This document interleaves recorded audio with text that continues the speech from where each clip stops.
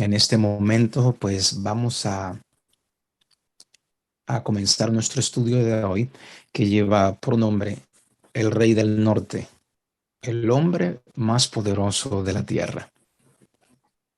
El hombre más poderoso de la tierra. Ese es el título de nuestro estudio de hoy, El Rey del Norte. Para poder entender un poquito más acerca de este tema, les recomiendo que estudien nuevamente el tema que lleva por título El trono de Satanás. ¿Cómo el Rey del Norte llega a ser el hombre más poderoso de la tierra? Eso es lo que vamos a estar estudiando hoy. Pero ese título del Rey del Norte se le ha dado en sucesiones a diferentes reinos, a diferentes imperios, según lo que nos muestra la Biblia y cómo está plasmada en la historia. Y eso estaremos estudiando hoy. Por ejemplo, la Biblia nos dice, el capítulo 14 de Isaías, ese capítulo en algunas Biblias tiene por nombre Escarnio contra el rey de Babilonia. El capítulo 14 así se llama, y el versículo 4 nos dice lo siguiente, la palabra de Dios. Pronunciaréis este proverbio contra el rey de Babilonia, y dirás cómo paró el opresor, cómo acabó la ciudad codiciada de oro. Versículo 5. Quebrantó Jehová el báculo de los impíos, el cetro de los señores. Versículo 6. El que hería a los pueblos con furor, con llaga permanente, el que se enseñoreaba de las naciones con ira y los perseguía con crueldad. Así fue que acabó Dios al rey de Babilonia en aquel entonces. Pero noten la transición que hace del rey literal a algo espiritual. Sigue diciendo el versículo 12 en adelante, recordando que los versículos que leímos anteriormente hablaban del rey literal de Babilonia. El versículo 12 dice, ¿cómo caíste del cielo, oh lucero, hijo de la mañana? Cortado fuiste por tierra, tú que debilitabas a las naciones, tú que decías en tu corazón, subiré al cielo en lo alto, junto a las estrellas de Dios, levantaré mi trono. Y en el monte del testimonio me sentaré a los lados del norte, el rey del norte. A los lados del norte. Versículo 14 dice, sobre las alturas de las nubes subiré y seré semejante al Altísimo. En los primeros versículos que leímos hablaba del rey literal de Babilonia. Y en los versículos del 12 al 14 está hablando de Lucifer, de Satanás, que se quería sentar a los lados del norte, quería poner su trono en el norte. Lucifer siempre ha querido ser el rey del norte. Veamos otro ejemplo. En Ezequiel 28 nos dice lo siguiente, el versículo 1. Vino a mi palabra de Jehová diciendo, hijo de hombre, di al príncipe de Tiro, así ha dicho Jehová el Señor, por cuanto se enalteció tu corazón y dijiste, yo soy un Dios. Está hablando del rey o el príncipe de Tiro, que dice que él es un Dios. En el trono de Dios estoy sentado en medio de los mares, siendo tú hombre y no Dios, y has puesto tu corazón como corazón de Dios. El versículo 12, aquí vemos cómo dice la palabra del Señor lo siguiente, hijo de hombre, levántate, endecha sobre el rey de Tiro y dile, así ha dicho Jehová el Señor, tú eras el sello de la perfección, lleno de sabiduría y acabado de hermosura. Aquí vemos cómo va a ser una transición de un rey literal, el rey de Tiro, a algo espiritual. Dice el versículo 14, tú querubín grande protector, yo te puse en el santo monte de Dios. Allí estuviste en medio de las piedras de fuego, te paseaba. Perfecto eras en todos tus caminos desde el del día en que fuiste creado hasta que se halló en ti maldad. Vemos una transición de un rey literal a un rey espiritual que quiere estar sentado en el norte. Por eso lleva por título este mensaje, el Rey del Norte. ¿Qué podemos adquirir de estos versículos de Isaías y de Ezequiel? Que Satanás es quien está detrás de los reyes de esta tierra. La historia de los reyes de esta tierra que está plasmada en Daniel capítulo 2, comenzando con Babilonia, Medo-Persia, Grecia y Roma, el Imperio Romano y la división de Roma. Es la misma historia que está plasmada en el libro de Daniel capítulo 11, que se repite nuevamente comenzando con el reino de Medo-Persia. Allí el capítulo de Daniel, los versículos 1 y 2 nos dicen lo siguiente. Y yo mismo, en el año primero de Darío el Medo, estuve para animarlo y fortalecerlo. Recuerden que aquí está hablando es el ángel Gabriel. Y dice, y yo mismo en el año primero de Darío el Medo estuve para animarlo y fortalecerlo. Y ahora yo te mostraré la verdad. Gabriel está diciendo a Daniel ahora, y ahora yo te mostraré la verdad. Y he aquí que aún habrá tres reyes en Persia, muy importante.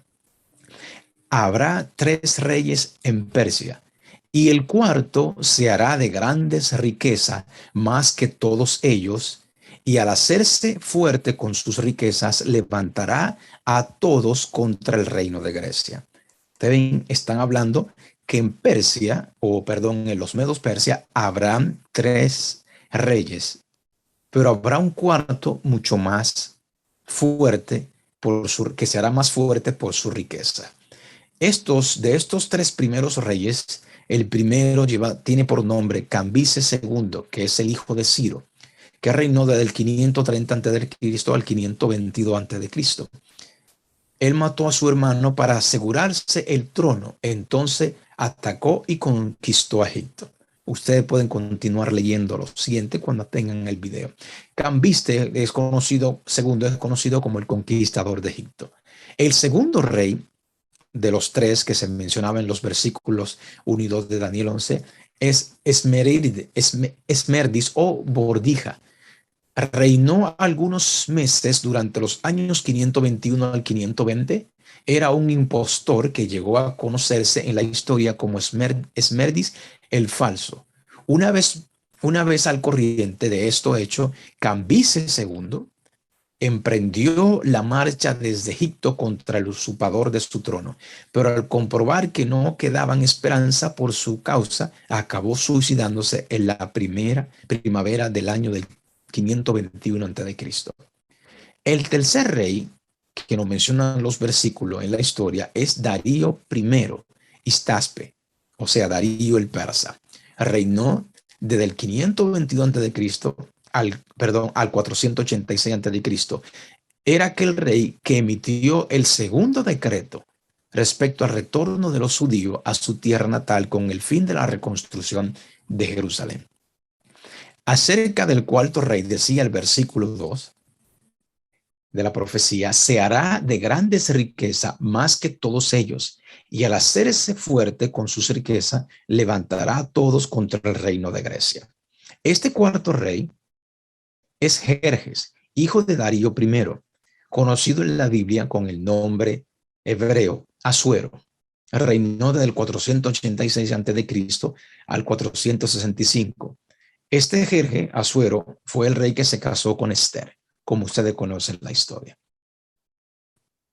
Con respecto a Esmirne el falso, los intérpretes proféticos que no consideran a Esmirne o Bordija, Esmeri el falso, como uno de las secuencias mencionadas en la profecía, pues fue un impostor y por lo tanto no era un rey legítimo. Por lo tanto, consideran a Artajerjes como el cuarto rey, aquel rey rico que movilizó a todos contra Grecia. Pues ese Artajerjes fue el hijo de Jerjes, que reinó del 465 a.C. al 424, igual que su padre Jerjes, que era muy rico y peleó también contra los griegos. Pero lo importante de este personaje es que era el rey que emitió el tercer decreto con respecto a la reconstrucción de Jerusalén. Bajo este rey finalmente se cumplió la profecía del inicio del tiempo profético de las 70 semanas y de las 2300 tardes y mañanas de Daniel capítulo 8 y 9. En los siguientes versículos de Daniel 11, los versículos 3 y 4, allí dice lo siguiente. Se levantará luego de qué? Luego de los reyes mencionados de Medo-Persia. Y se levantará luego un rey valiente, el cual dominará con gran poder y hará su voluntad. Pero cuando se haya levantado, su reino será quebrantado y repartido hacia los cuatro vientos del cielo. No a sus descendientes, ni según el dominio con que él dominó, porque su reino será arrancado y será para todos fuera, para otros fuera de ello. Aquí nos está hablando de Alejandro el Grande o Alejandro Magno. Pero decía que su reino iba a ser repartido a los cuatro vientos. A la muerte de Alejandro Magno, su reino fue dividido en cuatro partes. Esta división en las profecías anteriores, en Daniel 7:6, mediante la simbología del leopardo con sus cuatro cabezas, y en Daniel 8:8, mediante la simbología de los cuatro cuernos del macho cabrío. Ahora, esta división del imperio griego se presenta mediante la simbología de los cuatro vientos. Esta es la imagen o la foto del mapa, cuán extendido era el reino o el imperio de Alejandro Magno. Cuando Alejandro Magno muere, el imperio se divide en cuatro: Casandro, Lisimaco, Seleuco y Ptolomeo. Casandro se quedó con Macedonia y Griega Occidental. Lisimaco se quedó con Tracia, Britania y parte de Asia del Norte. Seleuco se quedó con Siria y el resto del dominio del Oriente, o sea, del Este. Ptolomeo se quedó con Egipcio, Libia, Arabia y Palestina al sur. Muy importante esos últimos dos, Seleuco y Ptolomeo, porque son muy importantes, porque Casandro y Lismaco entraron en una contienda y por ende Seleuco quedó como rey total del área del norte. En los versículos del capítulo 11 de Daniel, los versículos 5 al 14, nos hablan de todas las batallas entre las dinastías Seleudos versus los Ptolomeo.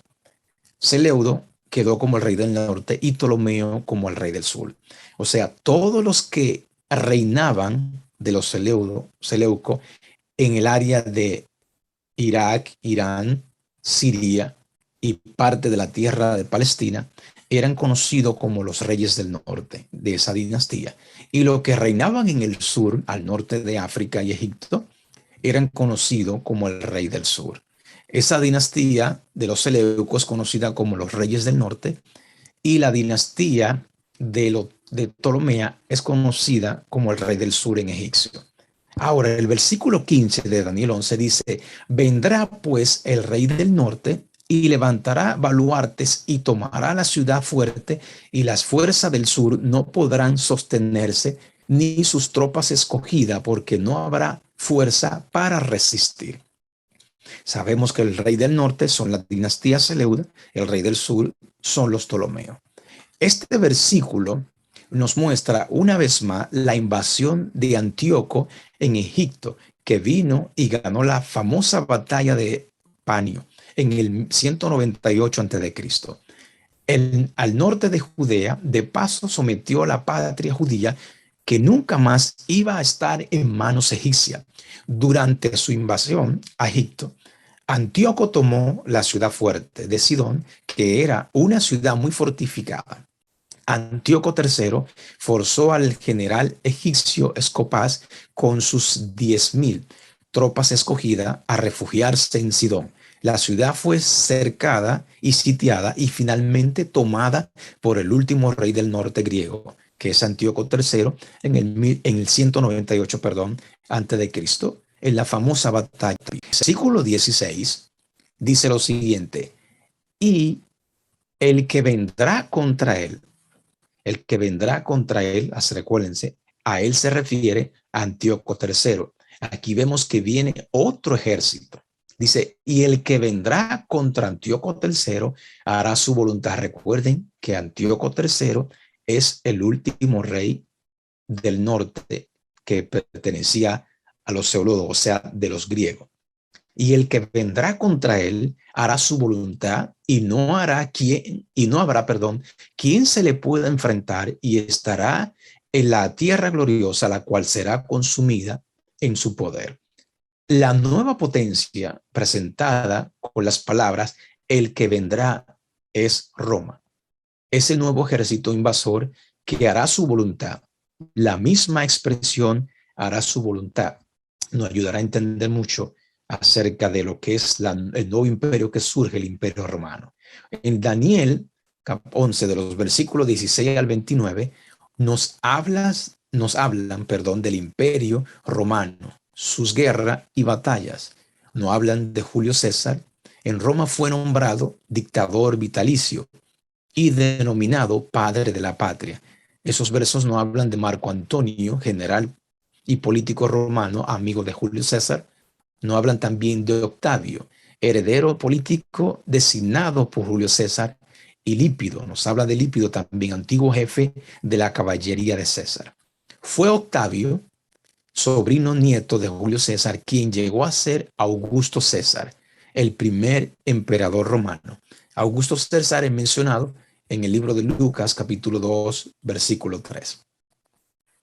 Aparte de mostrar, el carácter abusivo de esta potencia a lo largo de su historia, este versículo 16 nos describe con precisión la conquista iniciales de esta potencia que permitieron su establecimiento como nuevo rey del norte. Aquí vemos cómo este versículo 16 nos muestra cómo Roma vino a ser el nuevo rey del norte, cuando eliminó al último rey griego, o Seleudo, que era Antíoco III.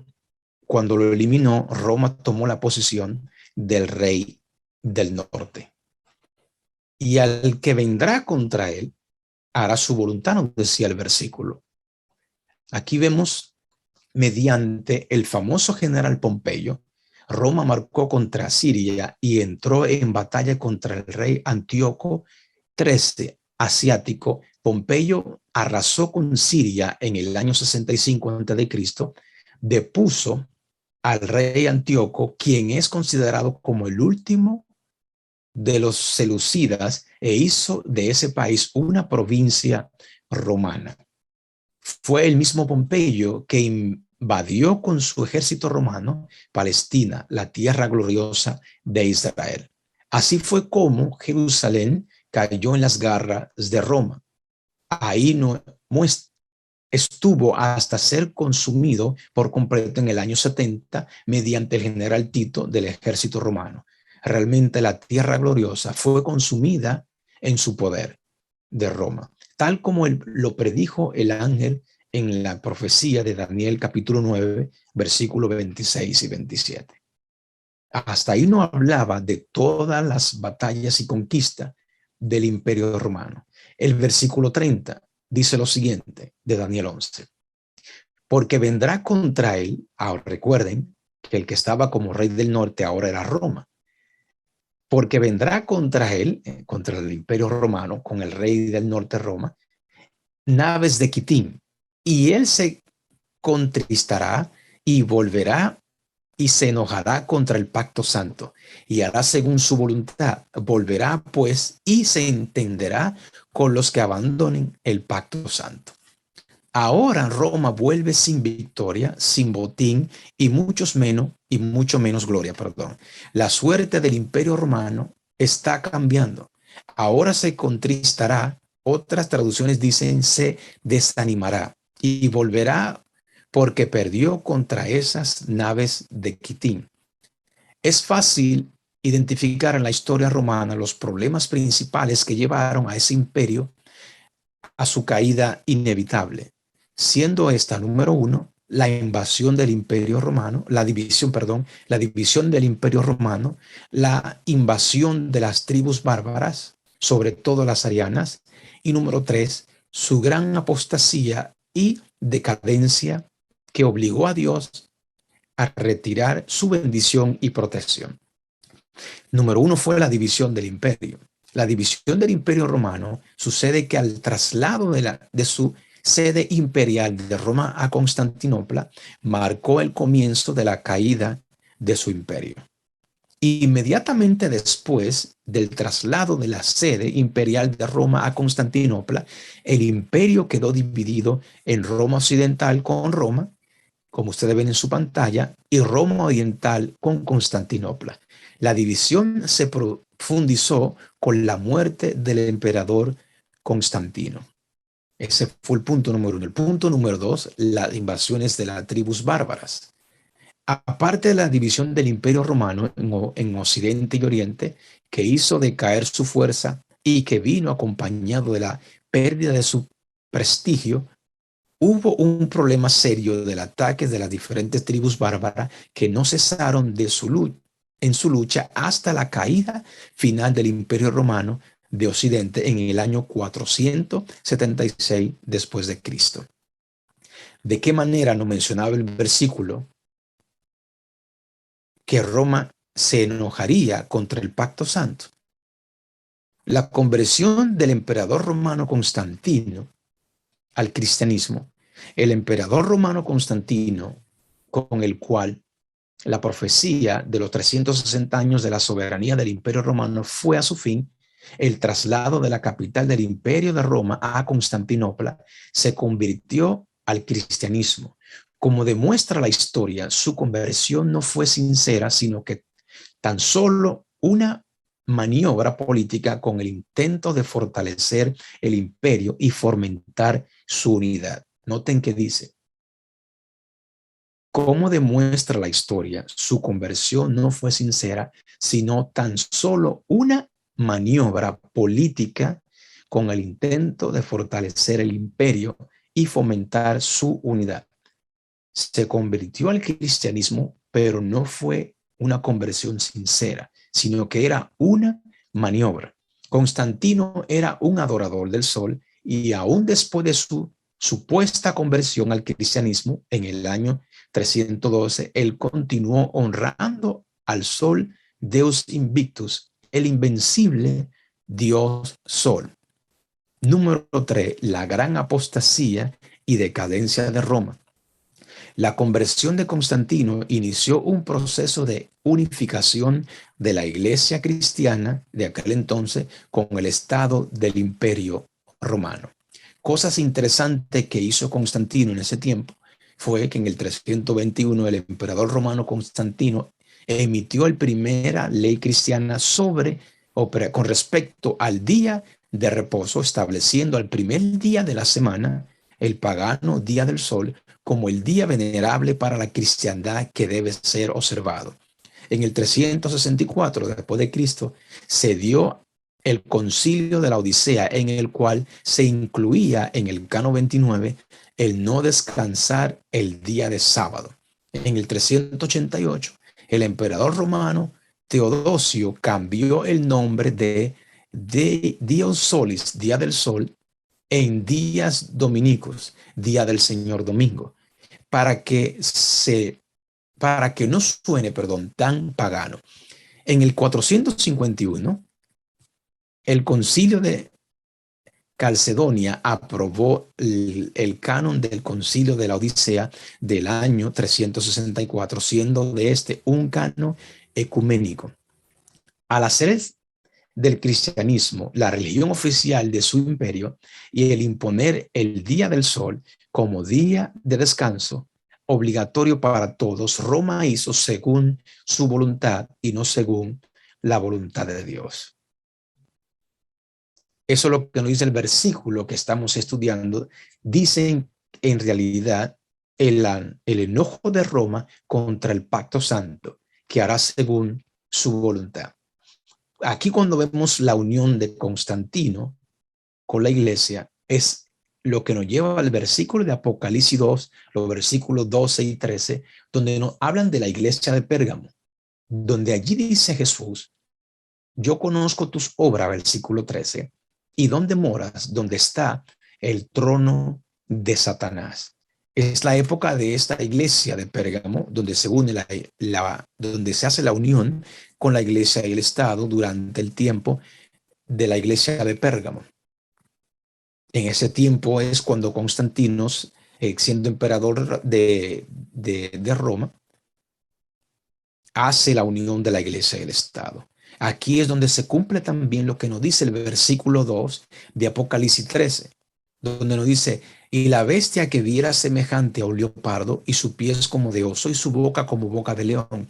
Y el dragón, Satanás, utilizando al rey o al emperador de esa tierra en aquel entonces, que era Constantino, y el dragón le dio su poder y su trono y gran autoridad a la iglesia de aquel entonces, que vino a ser el papado. Vieron la transición, perdón, de un poder literal a un poder religioso. El papado en ese entonces vino a ser o a tomar la posesión como el nuevo rey del norte. Dice esta cita lo siguiente: cuando la iglesia primitiva se corrompió al apartarse de la sencillez del evangelio y al aceptar costumbres y ritos paganos, como la del día del sol invictus, perdió el espíritu y el poder de Dios y para dominar la conciencia buscó el apoyo del poder civil. El resultado fue el papado, es decir, una iglesia que dominaba el poder del Estado y se servía de él para promover sus propios fines y especialmente para extirpar o destruir a lo que ellos llamaban herejes. Pero la palabra de Dios, al ver, darnos esta transición de un rey literal al espiritual, los versículos de Daniel 11:40 nos dicen lo siguiente, estos versículos. Pero al cabo del tiempo, el rey del sur contendrá con él, o sea, con el rey del norte, y el rey del norte se levantará contra él, o sea, el rey del sur, como una tempestad con carros y gentes de a caballo. A cabo pero al cabo del tiempo, o sea, cuando termine el tiempo. Eso nos lleva a la fecha del 1798, cuando comienza el tiempo del fin, como nos dice Apocalipsis 11:13. Y daré a mis dos testigos que profeticen por 1260 días vestidos de silicio, día por año. 1260 días es igual a 1260 años, según Números 14:34 y Ezequiel 4:6. ¿Quiénes son esos dos testigos que iban a testificar? Muchas personas piensan que estos dos testigos son Elías y Moisés, o Moisés y Elías. Pero si tomamos los símbolos proféticos que nos dan a entender que esto es día por año, recordemos que ningún ser humano puede vivir o ha vivido 1000 años o más. Es imposible que estos dos testigos sean Moisés y Elías. ¿Quiénes son en verdad estos dos testigos? Primeramente Jesús nos dice en Juan 5:39, escudriñad las escrituras, porque a vosotros parece que ellas tenéis la vida eterna y ellas son las que dan testimonio de mí, mis dos testigos. Las escrituras son las que dan testimonio de Jesús. El Antiguo Testamento y el Nuevo Testamento. A esto es que se refiere la profecía hablando acerca de los dos testigos. Por ejemplo, Apocalipsis 11:4 dice, estos testigos son los dos olivos y los dos candeleros que están en pie delante del Dios de la tierra. Estos testigos son los dos olivos. Zacarías 4 nos ayuda a entender más acerca de esto. El versículo 3 en adelante dice, y junto a él dos olivos, el uno a la derecha del depósito y el otro a la izquierda. Cuando usted abre su Biblia y la divide, el uno a la derecha, el Nuevo Testamento, y el otro a la izquierda, el Antiguo Testamento. Dice el versículo 4 y 5. Proseguí y hablé diciendo a aquel ángel que hablaba conmigo, ¿qué es esto, Señor mío? Y el ángel que hablaba conmigo respondió y me dijo, ¿no sabes qué es esto? Y dije, no, Señor mío. Versículo 6 dice, entonces respondió y me habló diciendo, esta es la palabra de Jehová, El versículo 12 dice lo siguiente: hablé aún de nuevo y le dije, ¿qué significan las dos ramas de olivos que por medio de dos tubos de oro vierten de sí aceite como oro? Versículo 13. Y me respondió diciendo, ¿no sabes qué es esto? Y dije, no, Señor mío. Versículo 14 dice, él dijo, estos son los dos ungidos que están delante del Señor de la tierra. Los dos testigos, los dos ungidos, es la palabra de Dios. El Antiguo Testamento y el Nuevo Testamento. Los versículos 7 y 8 de Apocalipsis 11 nos dicen lo siguiente. Recordemos que estamos hablando del rey del norte, ¿verdad? El hombre más poderoso de la tierra. Pero esto nos está ayudando a entender el tiempo en el que el rey del norte iba a reinar. Y al cabo del tiempo, nos decía el versículo, dice el versículo 7 de Apocalipsis 11, dice, cuando hayan acabado su testimonio, recuerden, iban a profetizar por 1260 días o días por año, que vienen siendo 1260 años. Cuando hayan acabado su testimonio, ningún hombre, ningún ser humano puede vivir 1200 o 1260 años. Por eso es que podemos entender a las claras, con la ayuda del Espíritu Santo, que está hablando del Antiguo y el Nuevo Testamento. Cuando hayan acabado su testimonio, la bestia que sube del abismo hará guerra contra ellos y los vencerá y los matará. Otro ejemplo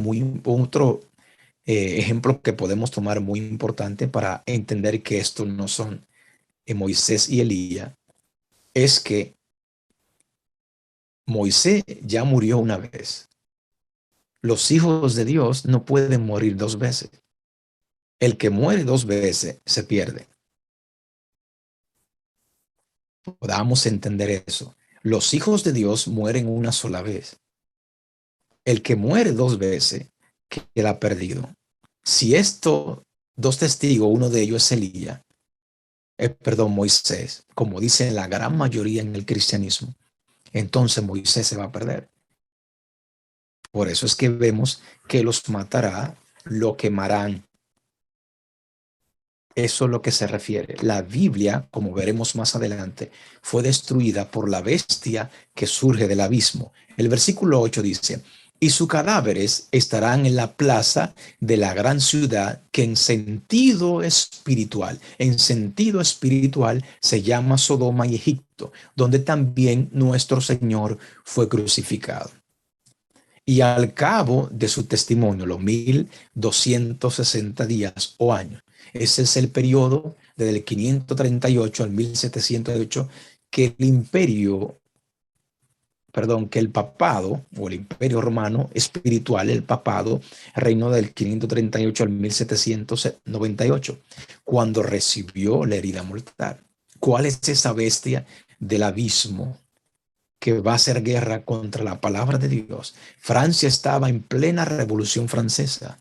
Napoleón Bonaparte deseaba obtener el control sobre Europa. Él sabía que para obtener el poder europeo tenía que quebrar el poder soberano del papado, que ya estaba en vigencia durante más de un milenio. Por orden de Napoleón, Berthier ordena apresar al Papa Pío VI y llevarlo como prisionero a Francia. Aunque fue tratado con todos los honores, se le privó, de todo poder político. Se le privó de todo poder político. Recuerden que Constantino y Teociano le dieron el poder a la iglesia primitiva, que el resultado fue el papado. Aquí vemos cómo Napoleón Bonaparte envía a su general Berthier y apresan a Pío VI y se le prohibió de todo poder político al Vaticano, así como de la escolta de su guardia suiza, que fue sustituida por soldados de la República. El Papa moriría un año después, dejando vacante la sede pontífica. Esta actuación supo supuso, perdón, el primer intento por parte de un Estado para destruir el poder político de la Iglesia. Como testimonio, el propio Berthier, que declaró entonces toda autoridad temporal que emane del antiguo gobierno del Papa ha de ser suprimida o destruida, y este no ha de volver a ejercer ninguna función semejante. En el 1798, al negarse a renunciar a su poder temporal, Pío VI fue hecho prisionero y transportado a Francia. Murió 18 meses después en Valencia. ¿Quién es la bestia que pelea contra el Antiguo y el Nuevo Testamento? Dice esta cita lo siguiente: la guerra que se hizo en Francia contra la Biblia durante tantos siglos llegó a su mayor grado en los días de la Revolución. Esa terrible insurrección del pueblo no fue sino resultado natural de la supresión que Roma había hecho a las Sagradas Escrituras. Fue la ilustración más elocuente que jamás presenciaría el mundo de las maquinaciones de la política papal, y una ilustración de los resultados hacia los cuales tenían durante más de 1000 años las enseñanzas de la Iglesia de Roma. Esta otra dice lo siguiente: con el pretexto de reverenciar las Escrituras, Roma las había mantenido prisionadas en una lengua desconocida y las había ocultado al pueblo.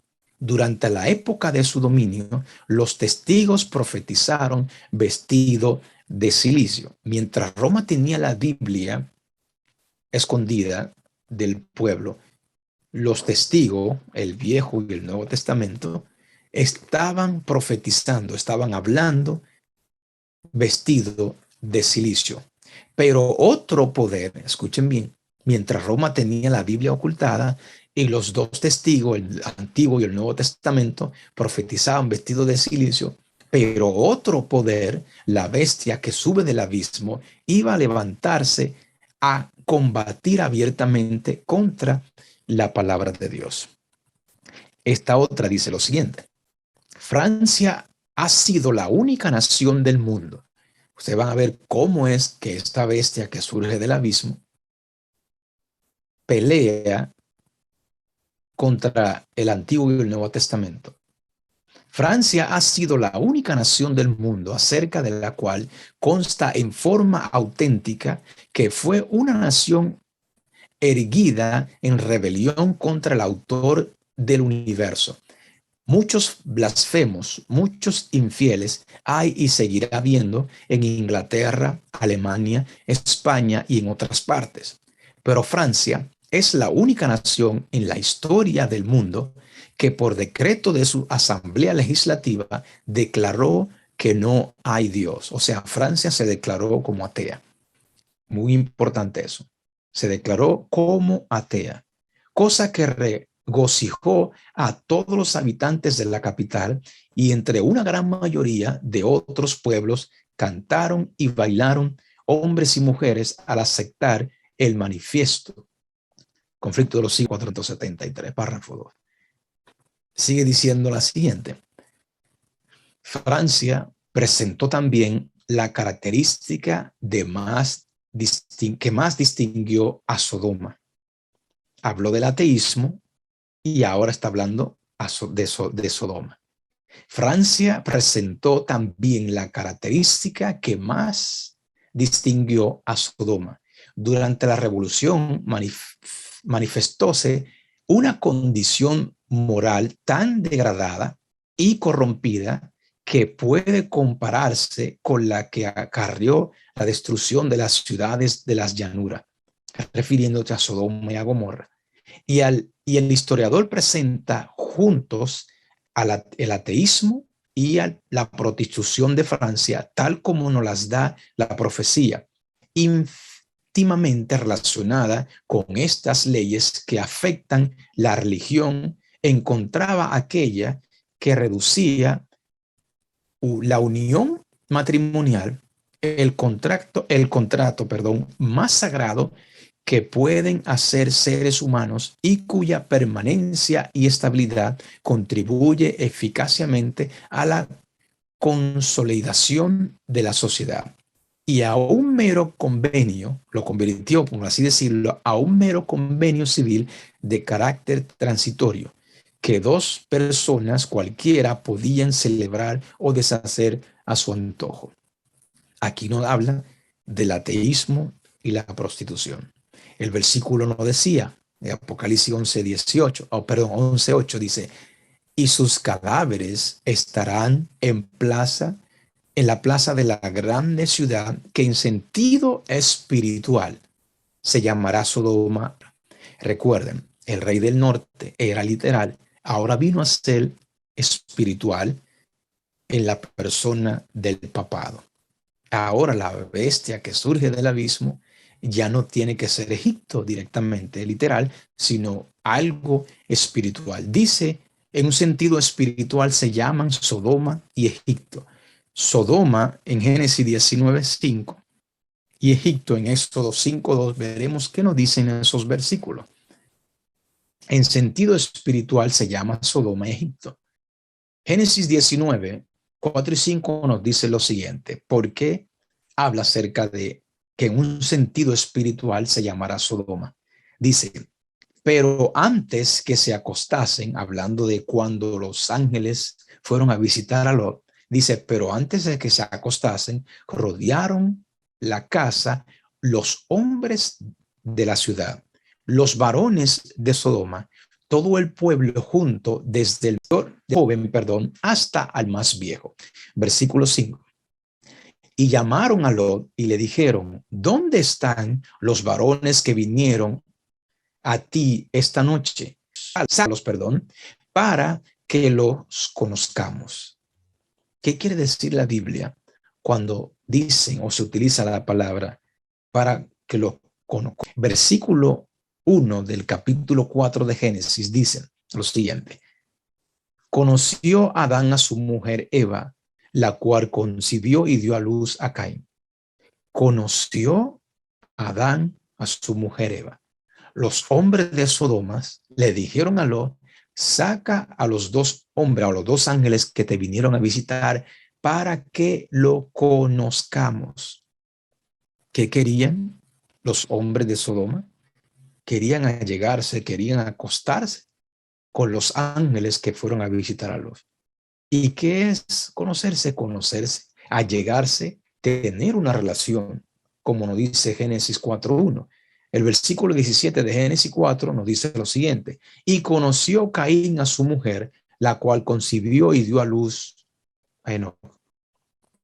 Ustedes ven, conocer, como querían los hombres de Sodoma conocer a los ángeles que visitaron a Lot. Ellos querían allegarse, tener relaciones con esos ángeles. ¿Qué significa entonces cuando habla de que en un sentido espiritual será como Egipto? En Éxodo 5, versículo 2 dice, y Faraón respondió, ¿quién es Jehová para que yo oiga su voz y dejare ir a Israel? Yo no conozco a Jehová, ni tampoco dejaré ir a Israel. Versículo 4 dice, entonces el rey de Egipcio dijo a Moisés y Aarón, ¿por qué hacéis cesar al pueblo de su trabajo? Volvé a vuestras tareas. El ateísmo, ustedes ven en el versículo 2, que en el versículo 2 dice el rey Faraón, yo no sé quién es Dios, yo no conozco a Jehová, no sé quién es Dios. Así mismo dicen los ateos. Y a través de el sentido de Sodoma y el sentido de lo que nos muestra la palabra de egipcio, la sodomía, o lo que se conoce hoy en día como LGBT, y el ateísmo, son los dos que van a hacer guerra contra la palabra de Dios. Y eso mismo hará que nadie, o la gran mayoría, quiera guardar el día de reposo de Dios, que es el Santo Sábado. Por eso que el versículo 4 de Éxodo 5 dice, entonces el rey de Egipcio, que era ateo, les dijo a Moisés y Aarón, ¿por qué hacéis cesar al pueblo de su trabajo? volvé a vuestra tarea. Ellos estaban trabajando los 7 días a la semana. Y Moisés y Aarón le pidieron al rey, al faraón de Egipcio, que le diera el día de descanso. Y el rey faraón se lo negó. El versículo 5 dice, dijo también faraón, he aquí, el pueblo de la tierra es ahora mucho, y vosotros les hacéis cesar de sus tareas. Y si ustedes siguen leyendo la historia, faraón le duplicó la tarea y le negó las provisiones para que ellos se esforzaran más y trabajaran los 7 días. Entonces el ateísmo y la prostitución, como lo decía la cita del Espíritu Profecía, que incluye LGBTIQ, es el rey del sur. Recordemos que los versículos de Daniel nos decían en un tiempo que el rey del norte y el rey del sur iban a hacer alianza entre sí. Este ateísmo y esta prostitución se ven reflejada en lo que es el rey del norte. Ustedes ven cómo muchas veces se hace de menos a Jesucristo y a la palabra de Dios en el imperio del rey del norte, que es el papado hoy en día. Muchas veces se le niegan la fuerza, el poder que tiene Dios y la palabra de Dios. Ponen a María por encima de Jesús como que ella es la madre de Dios. Adoran a imágenes. Eso es prostitución espiritual y prostitución física. Pero dice el versículo 12 de Apocalipsis 17. Y los 10 cuernos que has visto son 10 reyes que aún no han recibido reino, pero por una hora recibirán autoridad como reyes juntamente con la bestia. Mira lo que está sucediendo. Esta noticia dice lo siguiente. Johnson quiere recrear las ideas del Imperio Romano sobre la cooperación europea. Eso no dice esta noticia. Quieren recrear las ideas del Imperio Romano. Boris Johnson quiere una recreación moderna del Imperio Romano como forma de lograr la cooperación entre Europa y sus vecinos.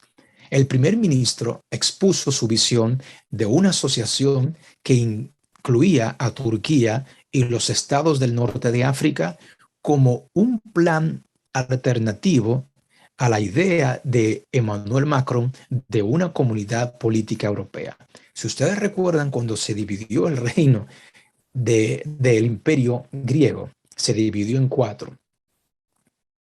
Y entonces quedaron los Seleucos y los Ptolomeos. Si ustedes miran dónde está en un mapa, dónde está Turquía y los estados del norte de África, Turquía está al norte y los del norte de África están al sur. Dice lo siguiente: Macron dijo que el primer ministro estaba interesado en su visión de comunidad política cuando ambos se reunieron en la cumbre del G7 en Alemania. Pero Johnson dijo que quería una agrupación más amplia. Hablando de esa misma noticia, el diario Independiente dice: Boris Johnson, interesado en forjar del imperio romano de Europa en general. Boris Johnson ha dicho que está interesado en forjar una alianza política flexible de líderes europeos y del norte de África, comparándolo con el imperio romano en su pompa, lo mismo que le estaba explicando anteriormente. Sigue diciendo allí, Emmanuel Macron tiene una idea de la que en realidad reclamó la paternidad de esta idea. Dijo, el primer ministro periodista, tuve esta idea cuando me convertí en secretario de Relaciones Exteriores. Agregó, creo que Turquía debería estar allí. Creo que el Magreb debería estar allí. Y creo que básicamente deberíamos estar recreando el Mare Nostrum del Imperio Romano o el Mar Nuestro o nuestro mar del Imperio Romano. Están pensando ya los reyes de la tierra recrear un imperio romano, o mejor dicho, como decía el versículo, dar los reyes de la tierra, dar el poder o la autoridad al Imperio Romano, que en nuestros días viene siendo el sistema papal. Pero Daniel 11:44 nos dice algo muy interesante. Pero noticias del oriente y del norte lo atemorizarán y saldrán con gran ira para destruir y matar a muchos. La noticia o las buenas nuevas del oriente, del este y del norte atemorizarán al rey del norte de nuestros días. Oriente es igual a este. Apocalipsis 7, los versículos 2 y 3 nos dicen, y también vi también a otro ángel que subía de donde sale el sol y tenía el sello del Dios vivo. Y clamó a gran voz a los cuatro ángeles a quienes se les había dado el poder de hacer daño a la tierra y al mar, diciendo, no hagáis daño a la tierra, ni al mar, ni a los árboles, hasta que hayamos sellado en su frente a los siervos de nuestro Dios. La noticia que viene del este, del oriente, que nos enseña Apocalipsis 7, 2 y 3, nos habla del sello de Dios. Sabemos que según la palabra de Dios en Ezequiel 20, versículos 12 y 20, nos dice que el sello de Dios es el día de reposo, es tu santo día sábado. Y les di también mis días de reposo para que fuesen por señal entre mí y ellos, para que supiesen que yo soy Jehová que los santifico. Y santificad, dice el versículo 20, mis días de sábado, mis días de reposo, y sean por señal entre mí y vosotros, para que sepáis que yo soy Jehová vuestro Dios. Muy, muy interesante. El primer mensaje que viene del este, del oriente, es el mensaje, la noticia del sello de Dios. En Mateo 24, y después le voy a leer esa cita que está en su pantalla, Mateo 24, 7, nos dice otra señal que viene del oriente, que viene del este, y dice, porque como el relámpago que sale del oriente y se muestra hasta el occidente, así será también la venida del Hijo del Hombre. Mensaje del este, lo atemorizarán. Dice esta cita, pronto aparecerá en el este una pequeña nube negra de un tamaño como la mitad de la palma de la mano. Es la nube que envuelve al Salvador y que a la distancia parece rodeada de oscuridad. El pueblo de Dios sabe que es la señal del Hijo del Hombre. En silencio solemne la contempla mientras va acercándose a la tierra, volviéndose más luminosa y más gloriosa hasta convertirse en una gran nube blanca, cuya base es como fuego consumidor y sobre ella el arco iris del pacto.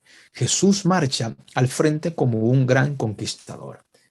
Pronto aparecerá en el este. La venida del Señor viene por el este. Mensaje que atemorizará al rey del norte.